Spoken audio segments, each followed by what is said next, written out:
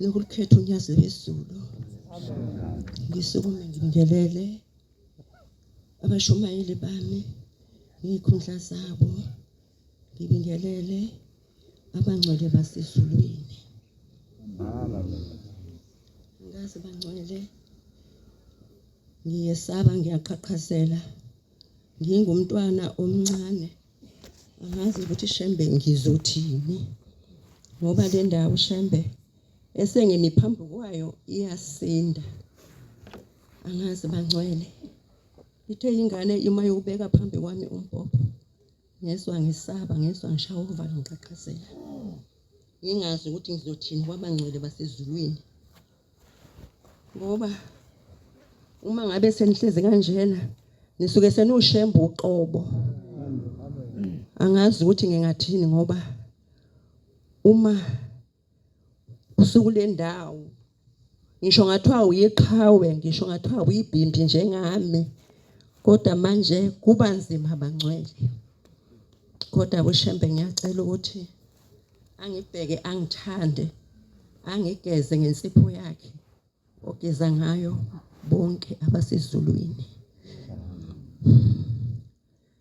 nami ngizibongela Shembe ngingenile kulonyaka osengithe sangena kuwona ngokuthandwa ngiShembe nakho ngikhona ngiyaphila ngiyaphefumula ngiphila ngaye uShembe ayikho inyanga enginayo engigijima ngiyikuyona uShembe kuphela imina bangcwele engisehluleki bangcwele ngokuthandwa nguShembe kufanele ngabe angimfishane endaweni yakhe kodwa nangokuthakathaka kwami engizibone ngiba mfishane bangcwele ngoba impilo yanamhlanje na ayisekho uma ngabe uvuka kuba siyazi ngabe siyavuka sibonge usuku osuke sekuphela lona ngoba usukulele ebusuku ungazi nama uzovuka yini ngento osuku uyiswa nasegazini kuwena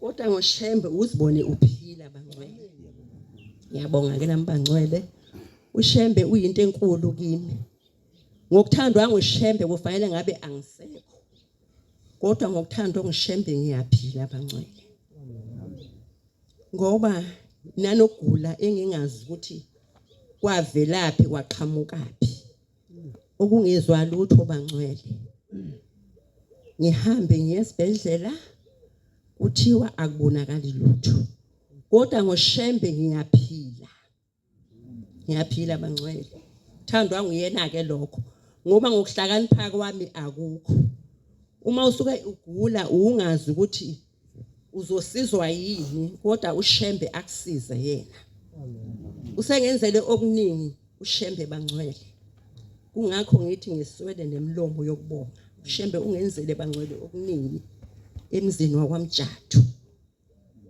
ngingazi ukuthi ungenzela kanjani ukuthandwa nguyena ke bangcwele ngoba uma ngabe ubona izinto ezinhle zikwehlele ukuthi uthandwa uShembe ngoba usuke ungenayo inyanga ehamba uye kuyona ifike inyanga ichithe amathambo ithi naku uzosizakala kanje kodwa ngoShembe kuyenzeka bangcwele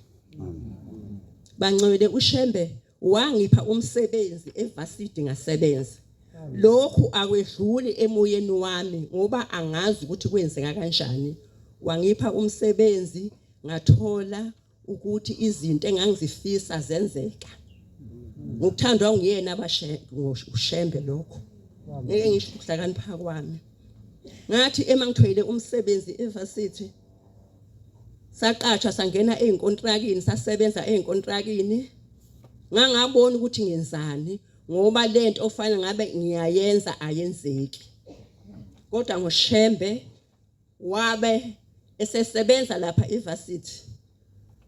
iVarsity yayikhipha inkontraka bangcwele sathathwa iUniversity bangcwele yathi ima ngithatha ngathi yenzeka ke manje lento ebekade ngiyifisa ngokuthandwa nguShembe ngiguqa ngamadolo ngithandaza ngithi Shembe uyongikhumbula yini uShembe wangikhumbula kwathi ngomholo wami wokuqala ngahamba ngayofuna iloni ngafike ngayithola iloni bangcwele ngabuya ngangena ezintweni zokwakha ngangena bangcwele ngathatha kwenzeka bangcwele ngathi Shembe kanti mina bengade ngubani okwenzeka lento engangiyifisa kanti uShembe uyazenza izimanga ngihlale ngiswa ngabantu ukuthi uShembe wenza isimanga ngizokhuluma ngesingami bangcwele ngizokhuluma ngokuningi ngikhuluma ngokwami ngisethempelini eParadise kufanele ngibonge bangcwele into engayenzela uShembe nje ngangena esitolo sokwakha ngathatha bangcwele ngathatha laphuma iloli lashona kwaMjathu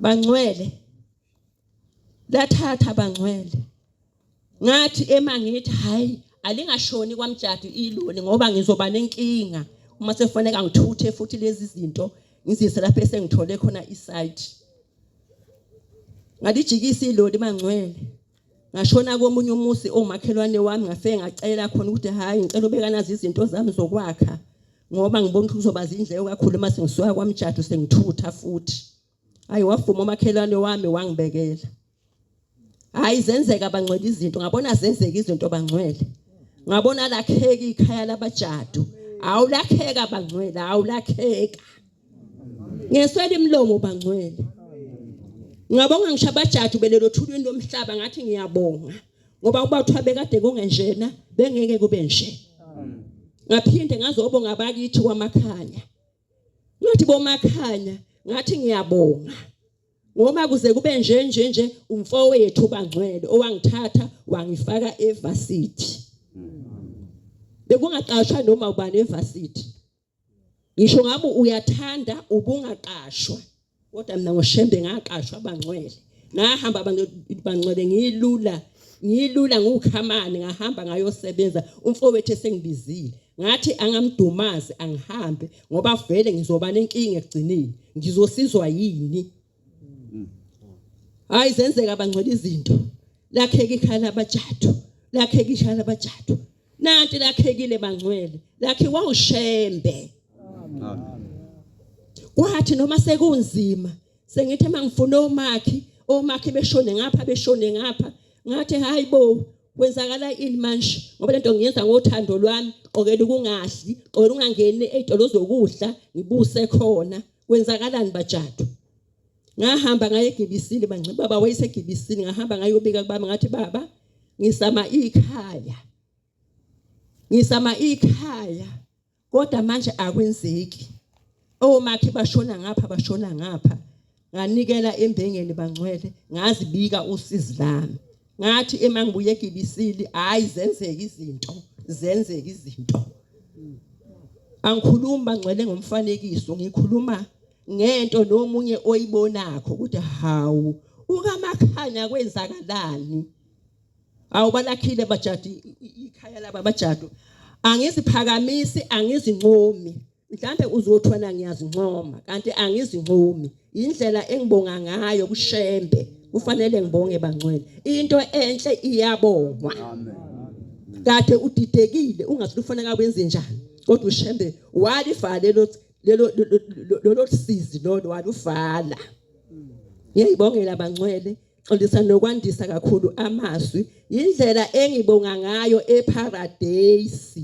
namhla ngiyaqala ukuthi ngibonge eparadise ushembe akangiswe ngisafisa nokunye ukuthi kwenzeke bangcwele kodwa ushembe ngiyazi ukuthi uzongenzela bangcwele lapho kumnyama khona uzongikhanyisela ngoba ungikhanyisele bangcwele ungikhanyisele ngiyabonga inkosi ibusise lokho amen.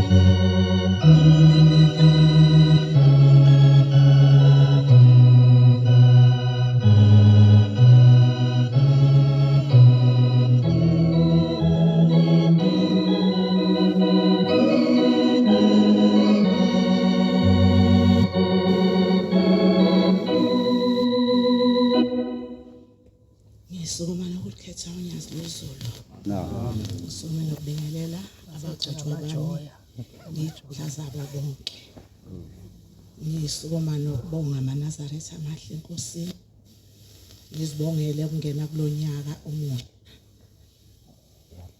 nawo esubona ngathi ugijima amawala unezinto ezingezilayo ngiyabonga uNkulunkulu omkhulu wasebuhleni bamaNazaretha ukuthi nami ngingomunye ovukile kuleli sabatha la namhlanje amen maNazaretha sisathi sisa January ngifela emndenini engihlala kuwo ngibonga esidalweni engihamba naso okwathi uma ngicela ngithi uNkulunkulu kaShembe ngiyacela ukuhamba phansi kulomhlangano wakho ngicela ungiphe inyawo zokuhamba wase yavuma umdala wensuku saseziyavuma nezalukazi zakwamjadu nezakithi kwandonakazi wangithwala uShembe wathi noma sekunzima enkathini itiye laselenqaba ukuthi ube kunyawo phansi kepha sathi masiphumula kwaphumuleka waphinda umnikazi wesonto uthatha umhlangano wakhe saze sawufikisa la okwakufuneka sifike khona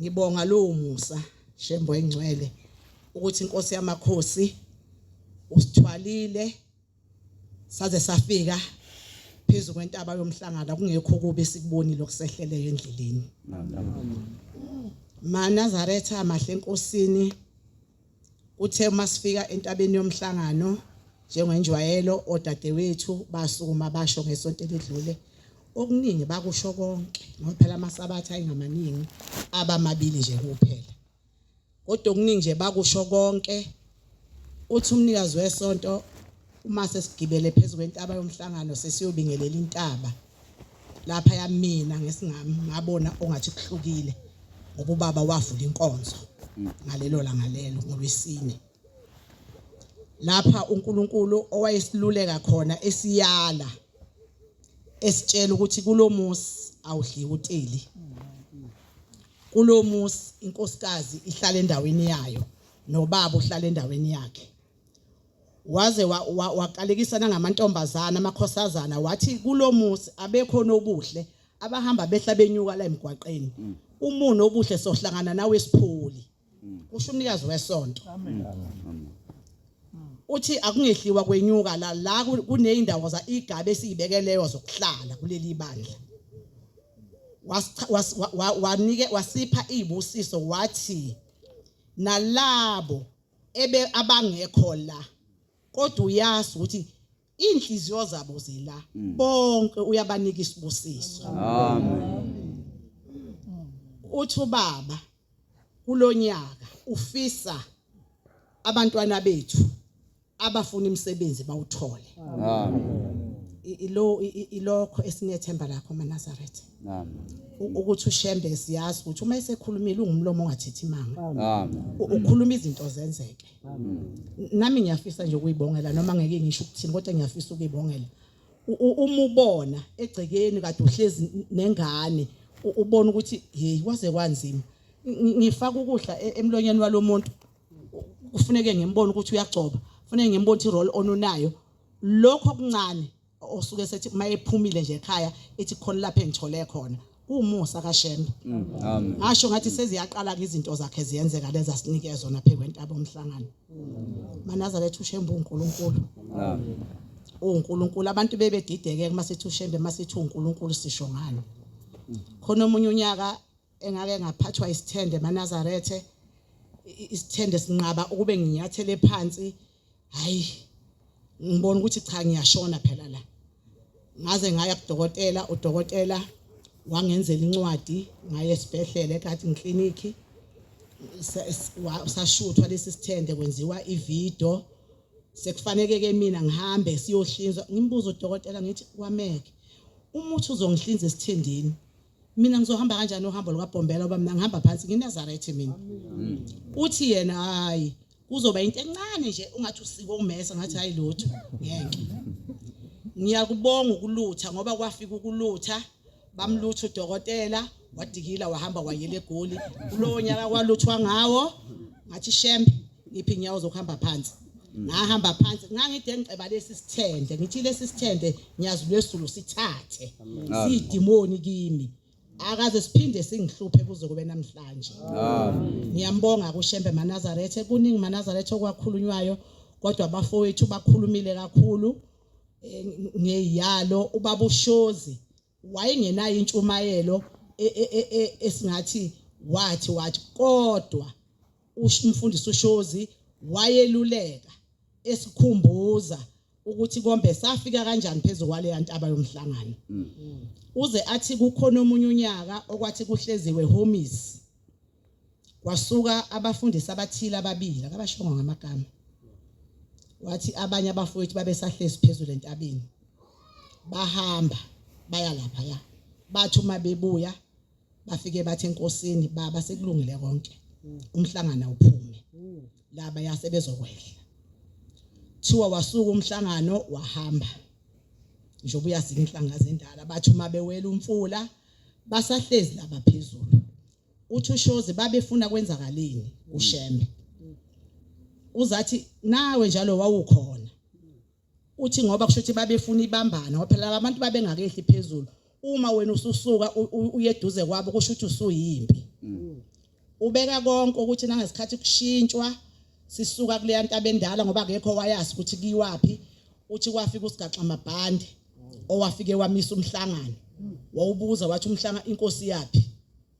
Wabuzakala ukuthi wena ubani wena ubuza lokho. Wathi usigaxa amabhande wamaphoyisa mina ngithunyiwe.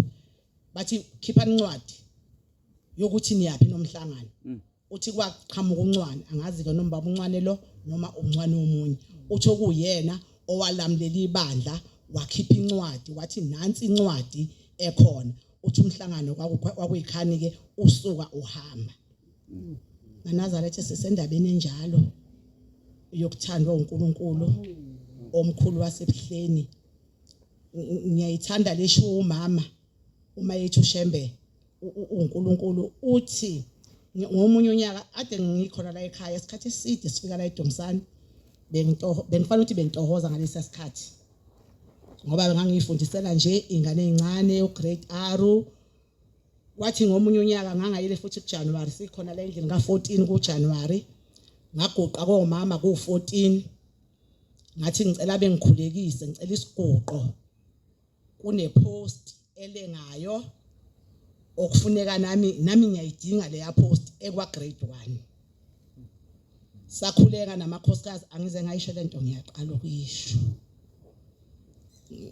Kwaku14 silindile kuJanuary nathi sisendlini ka14 silindele ukuthi uShemba kathi uma isepha laba abantwana abakuyibusiso nathi asiphe. Ngayicelela emakhosikazi sakhuleka yafika leyo post Manazarethe amahle. Ngangena nami ngayithola ngangena kwa grade 1. Ngawuthisha waka grade 1. Na kwa grade R kuse iclass kodwa isalary ayifani. Uma ungaqashiwe uhulumeni iba khona kodwa ayifani. Ngibonga lo musa kuwe Nyazi lwezulu ukuthi wenza izinto zenzeka phakathi kwaleli yakhaya. Ngibonga nje konke okuhle osusenzele khona phakathi kwekhaya bese ngicela Manazarethe. Ngicela enkosini enkulu yasebuhleni baManazarethe nginesilonda angazi ukuthi uShembe siyophela kanjani angiqondile ukuvusa izilonda kwabanye mhlambe kwabasekhaya emndenini. Kumina khona isilonda sikhona somntwana lokugcina ukuhamba asidluli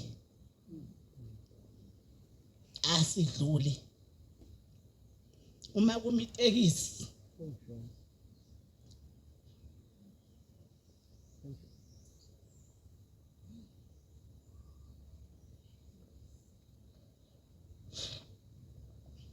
uma limitekisi sayisitshela ukuthi sekuzokwehla yena ngoba phela ubefunda eThekwini.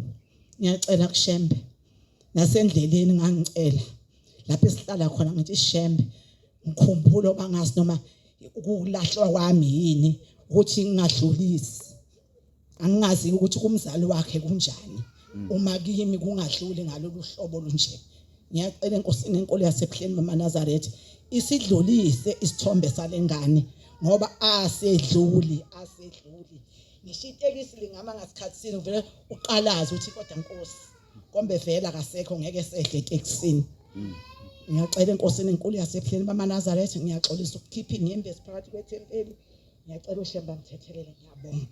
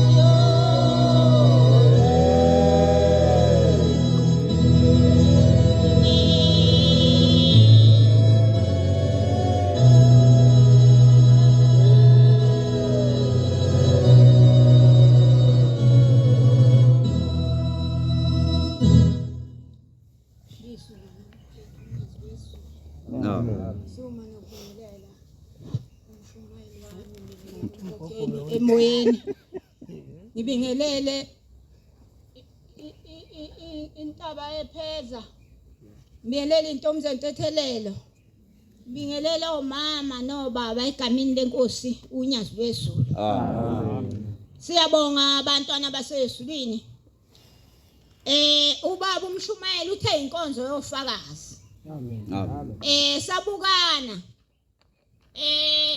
njobe sekusukume umakoti wakwamjadu wasukuma umama wakwamjadu sibukaniye thina ngase ngikhumbula ugogo uTiye owathi ngelinye ilanga inkosi yanikeza amakhosazana inkonzo basolo mama bathi mase beqedile yasithi inkosi nisola bani nina nomshumayeli ke bantwana basezulwini njobe sethe inkonzo ngeyofakaza singabheki ukuthi sizobheka ukuthi akusukuma kande behambile bakhulumile ngesabathe edlule namhla naba baphinda okwala ekhaya abantwana basezulwini kakushintshi kuyikho lokho uShemba uNkulunkulu emhlabeni nasezulwini.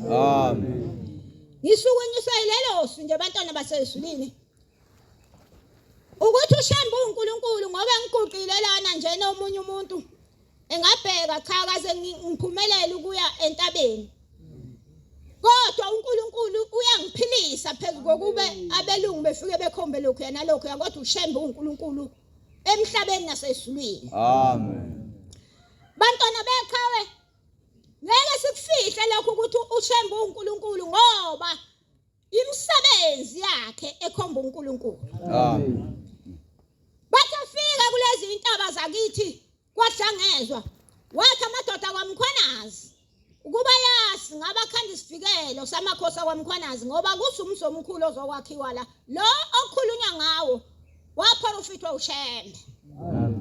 Singayeka kanjani ke abantwana basezulwini ukuthi uShembe uNkulunkulu ngoba zonke izinto zenzakho zigcina beyibonile nabangamboni uShembe ukuthi uNkulunkulu. Ngihamba isibhedlela ngisiyekile ngamabomu ngoba uShembe ukhona uthi. Kuyasa namhlanje yena ngikhonjwe ngolezana. Kuyasa ngikhonjwa NPA. Ngathi hayi anibona lento engikhombela yona. Ngiyayeka ukhona uNkulunkulu. Amen. Ngihlezi ngiyalima njalo futhi ngenza yonke into nje. Ngiyalima ngenza yonke into nje mina. Ngathi yini okho bengigubhise ngayeka phansi. uShembe uNkulunkulu bantwana basezulwini. Amen. Uma ungakaboni hlala uzobona kodwa. Uthixo lesikhuluma ngaye nabo abantwana bafakaza ngaye imisebenzi yakhe. Eyenziwa uShembe. Mina ngabe kande ngahamba emhlabeni ngabe senakhodla nokuthi kwakhona uMamkhwanazi. Kodwa iswi welokho ehambile umshumayeli efike ebike ebuye ethi inkosi ithe ikubusise ngihlale kulelo themba. Bantwana basezulwini abaphambi kwethu abashumayeli nabakhokheli sibesabe. Singabajwayeli ngoba bawumlomo kaShembe. Wathi umshumayeli wasefikile Albert Mthule ongcinga ngasho kusawufika uNkulunkulu uqobo lakhe bese ufika umshumayeli kimi. Ngiye ngisho ngithi hayi bantwana bekhaya hayi ungayijahi into wethu uMkhwanazi ungatatazeli la ekhaya uma utatazela ethi wenzani ungayijahi into uma ungayiphiwe. Ngisho njalo ngithi uphiwe umshumayeli ngoba uyathi meseshiye ethi uShembe uthe ebese ubambelela lapho uyaphila. Amen. Ilokho bantwana basezulwini nalonyaka siqalile sicela uNkulunkulu esigcine. Sigcine lonyaka size siubone abantwana basezulwini. Amen. Abakhulumi bathi uShembe uyasho uthi baningi bayesa. Kodwa baningi bayesa bazosifica sinjani thina? Kuzosala kithi ukuthi thina njengoba abantu besa njena basifica sinjani thina sikulungeleni ukungena esulwini na? Ayikho into enhle njengokuthi njengoba kukhulunywa uShembe sitshena ethi asithandane sisodwa. Uma thina ukhithi umuntu uthanda uShembe kodwa omunye umzalwane ungamthandi ekhona la endlini awumthandi uzusho ukuthi awumphiwe. Ikuphi ke abafika akhe abazokubona kithi asibe nothando bantwana basezulwini. Amen. Angizokhuluma okuningi ngiyabonga kuNkulunkulu kaShembe. Bengithinta lelo gama nje uthi sijwayele ukusola. Uthi utiye yathi sisukuma isibani sasezulwini sathi ngisola bani nina? Ngisola uNkulunkulu. Namzukane kufika lezi insimbi ezikhalakho la eNazarethe asola amakhosikazi ngoba athanda ukufungama. Wasukuma inkosi yamakhosi inyanga yesulu yabuza futhi ukuthi nisola bani mina? Ngalo masu bantwana basezulwini ngicela ukwehlela ngesansi inkonzo akusiyona yami. Uthi uyofaka.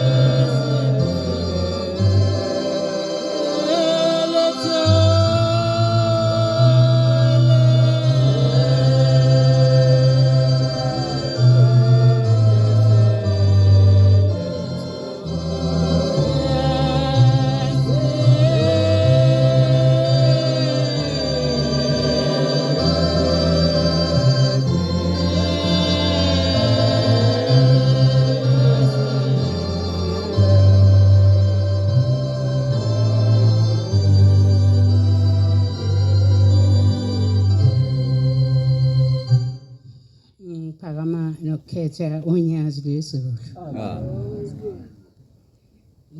Phakama nokubingelela umshumayeli wami, ngibingelele ihamente kaNkulunkulu emenyiwe uNkulunkulu ngesabatha la namuhla. Amen. Bingelela umkhokheli wami emoyeni. Amen. Ngixolise phambi kaShembe ukuhlabelela lesi sihlabelelo ngoba ngisazi bese ngingamphakamisi uNkulunkulu ngimphathe ngezandla. Ngisho ke isihlabelelo ukuthi sengihlabelele kabi ngangasiphatha ngezandla kanti kuthiwa kuyicala ukungasithathi isihlabelelo uphiye ngokuthi wena uyalazi igama olihlabelelayo. Cha angizwanga eParadise kodwa ngezwe siseParadise sisebenza ngomkhokheli owayexoxa indaba yesihlabelelo. Bantwana bakaNkulunkulu ngiphakama bengithi ngizokuphakama baletha kimi ke umbhobho angazi ukuthi kanjani kodwa ke ngiyabonga uNkulunkulu kaShembe ukuthi uShembe uyangibona ukuthi nami ngikhona endlini yakhe engcwele. Amen. Cha siphuma khona emzini oyingcwele waseKhenani. Nami ngiphakamela ukubonga nje kuShembe ukuthi angibonise into enhle kangaka yakhe uShembe. Kule ndawo esikuyo uNkulunkulu omhlwa sebuhleni angathi ela kube thina silapha ya eidolo uma ubheka ubuka siphansi esansi emhlathuze ngenxa yobuningi bamaNazaretha. Uthi uShembe ungaphuma wena uhlubuke kodwa la usuke khona bazongena babe ngama20. Bahlale la ekade ngihleli khona ngiphumile mina ngingedwa kodwa kuzongena u20 uhlala. Uthi uShembe baseza amaNazaretha abantwana bakaNkulunkulu nebancane nina enikhona. Uthi ke ucela thina esikhona sibemukele abangenayo.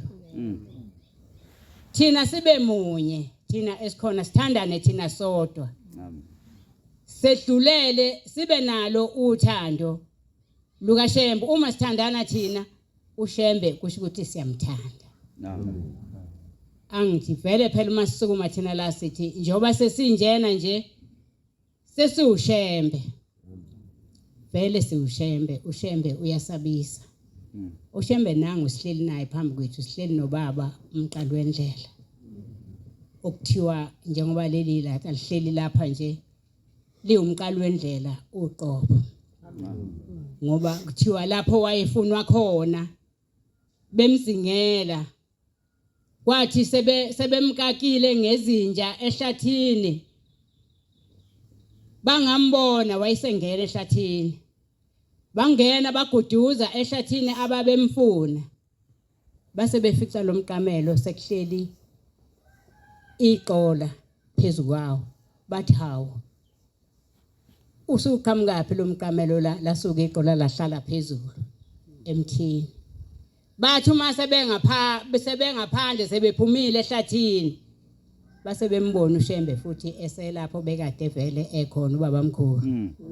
Abantwana bakaNkulunkulu siphuma emsini oyingcwele sebekhulumile abantwana bakaShembe bakhuluma ngezinto ebezikhulunywa uShembe, bakhuluma ngezinto ebezikhulunywa abefundisi bantwana bakaNkulunkulu. Nasebuhleni ubaba esefikile ukhulumile washo wathi uyasithanda. Njengoba bekhulunywa ukuthi ubaba uyasithanda ubaba ehlaba inkomo. Simaya inyama ithi ingane yalowo esiphethe kuqala umfana uthi inkosana hayi umfana engiyaxolisa ukuthi umfana la ekhaya abafana asinabo sinamakhosana. Ithi inkosana kaBhengu kade siyosebenza sesihleli silindele ukungena ngaphakathi kubaba ithi la ekhaya thina asidli.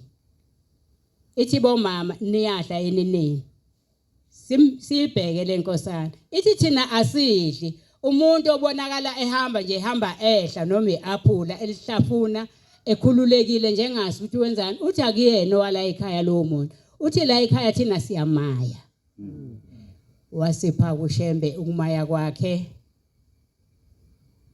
saqoqwa njengoba yakhuluma inkosana ekhona phakathi la eyayise eKenani yathi baqoqwa sebengaphandle kwangenwa koyiwa ngaphakathi siyomaya kulomshumayeli ke owaye ephoqa ekhuluma amagama angemahle ngithi mina awu abashumayeli bakababa bakhona abaphiwe inhliziyo zothando lokuthanda abantu angisazi ukuthi ubani othi uyathanda isikhundla kodwa awunalo uthando lwabantu usithandelani isikhundla ungenalo uthando lwabantu saqoqwa abantwana baseSolweni sangena sayogcwala ngaphakathi umusi kababa ngangithi mncane ngaphakathi hayi ngabona into engakaze ngibone iyanwebeka indawo kaShembe uyakhuluma manje umshumayeli akanakile uthi nizomaya nayo lenyama ngeke niyithole futhi ngeke niyithole nje uma uyitholile wayidla uzoyikhipha uzoyiphalaza awu ngathi Shembe nangu umshumayeli kababa ekhuluma kabi kangaka sahlala savivana ngalinga phakathi emoyeni sayithola inyama ubaba owasipha yona ngokomoya ngoba sasiyilindele ubaba esephile wathi inkomo eyinonileyo uzoyihlabela abakade behamba phansi ubonga uthando lokuyiphatha kahle kwabantwana bakaNkuluNkulu bekunomoya omuhle eKenani maNazaretha amahle obufunguza wothando uthi umuntu uyabheka lo moya ofunguzayo ula emathempeleni owokubukelana phansi namuhla bekunenye into ebengiyibona eKenani uthando lwabantwana bakaNkuluNkulu bethandana behlangene ngamakhanda njengezimvu engekho obuka omunye ambukele phansi engekho othume ethintana nomunye uma ushayisana nomuntu kulolu yadaka olapha ya uthi sorry naye athi sorry ngithi mina awuwamuhle umoya kaShembe uShembe ufanele abonge into yokubonga abantwana baseZulwini kukhona babephoseka lapha ya okufika khona kuthiwe zicwilise inyawo ungayigezi abanye bathi sigeze kuthiwe zicwilise baphoseka abantwana bakaNkuluNkulu hawo umuntu alale phansi abhoquze emanzini thi mina ubajabula bayagezwa ngifisele mina ngathi ngabe ngiyabhukuda kulolu yadaka kodwa uzophuma umuntu eseyinkinga ebheke esontweni maNazaretha amahle inkonzo kuthiwa ingeyofakazi ngakhuluma nangesabatha ngibhidilisha indaba kaShembe iyangehlula vele kodwa ngiyambonga uNkulunkulu ukuthi wangithwala wangisa emzini oyingcwele amen nami ibusiso ngiyayicela ukuthi uShembe angiphe kuleli yakhaya nami abantwana enginabo balithole itoha singahlali sinje ya kuleli yakhaya engikulo abantwana baseSolweni ngiyayicela nami ibusiso uShembe angiphe ngingahambi ngihambelise ngiye emzini oyingcwele ngibuye ngaphethe lutho inkosi kusise nesizwe amen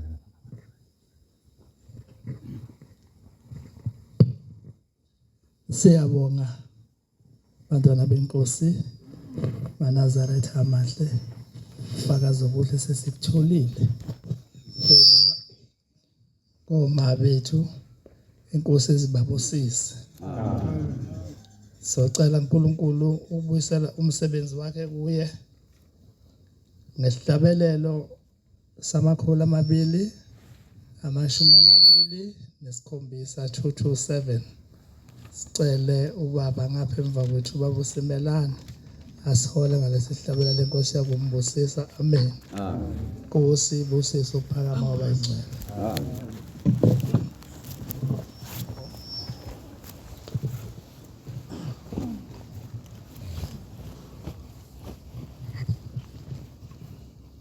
Nkosi baba ngiyakuthanda epawena ufisi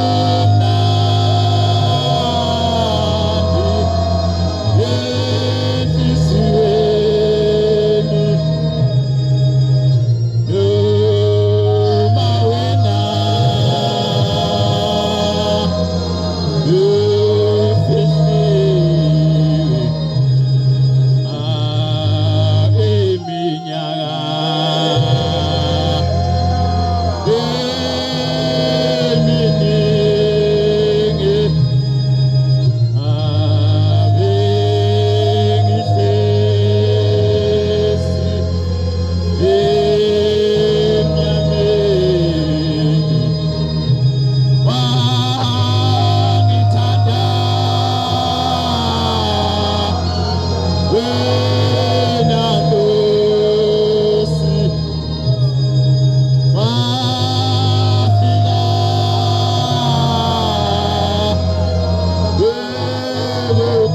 ukukhanya awusankosi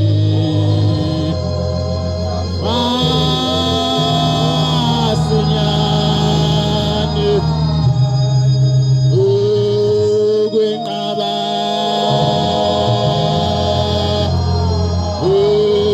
uphelile usawena uthandwa